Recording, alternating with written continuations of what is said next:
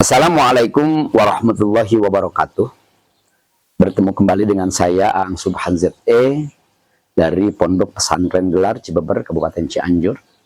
Insyaallah pada kesempatan ini saya akan menjelaskan tentang darah ketika kita berdonor yang masuk ke dalam tubuh kita atau tubuh seseorang. Yang mana di dalam tubuh seseorang itu berkaitan erat antara sedarah, darah kakaknya atau adiknya atau siapa. Bagaimana pandangan menurut Islam tentang hal itu? Apakah ketika kita mendapatkan donor darah dari kakak kita, dari ibu kita, dari adik kita, dari keluarga kita, itu menjadi sedarah ataukah tidak? Dalam pandangan Islam tidak ada hubungan. Ketika darah dimasukkan, mau darah sedarah, mau adik, kakak, orang tua, siapapun itu yang masuk ke dalam tubuh kita ketika kita berdonor, itu tidak ada hubungannya dan memang diperbolehkan di dalam Islam. Hanya saja memang dalam Islam ada rambu-rambu dalam syariat Islam ketika hubungan sedarah. Maksudnya hubungan sedarah itu gini, kakak menikah dengan adiknya atau bapak mensetubuhi anaknya. Nah, ini yang disebut incest ya. Pernah terjadi di Indonesia beberapa kali di daerah Bulukumba, Sulawesi, juga di daerah mana saya pernah baca saat itu. Memang Rasulullah Shallallahu Alaihi Wasallam sangat melarang perkawinan sedarah, dan bahkan di kita juga sudah menjadi undang-undang di negara Kesatuan Republik Indonesia ini bahwa menikah sedarah itu diharamkan dan tidak diperbolehkan.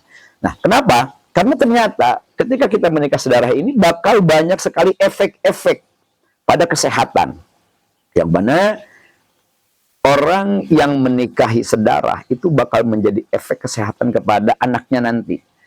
Dikatakan ada yang kalau misalkan nikah sedarah ada yang sumbing, menikah sedarah itu akan menjadi lemah, tubuhnya tidak ada imun dan lain sebagainya.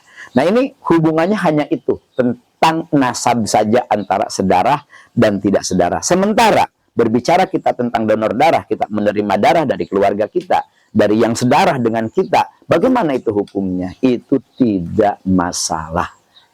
Ketika kita menerima darah dari siapapun, kakak, adik, sedarah, atau siapapun itu, maka dalam hukum Islam itu diperbolehkan. Namun, tetap kita percayakan segala sesuatunya kepada petugas dari donor darah tersebut, yang hal ini di Indonesia itu ada PMI ya.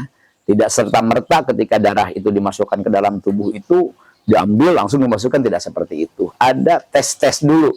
Apakah darah ini sehat ataukah tidak? Apakah darah ini layak dimasukkan ke dalam tubuh orang tersebut ataukah tidak?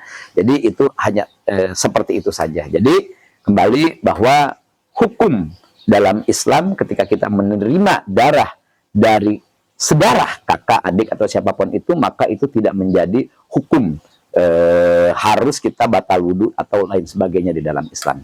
Mungkin seperti demikian.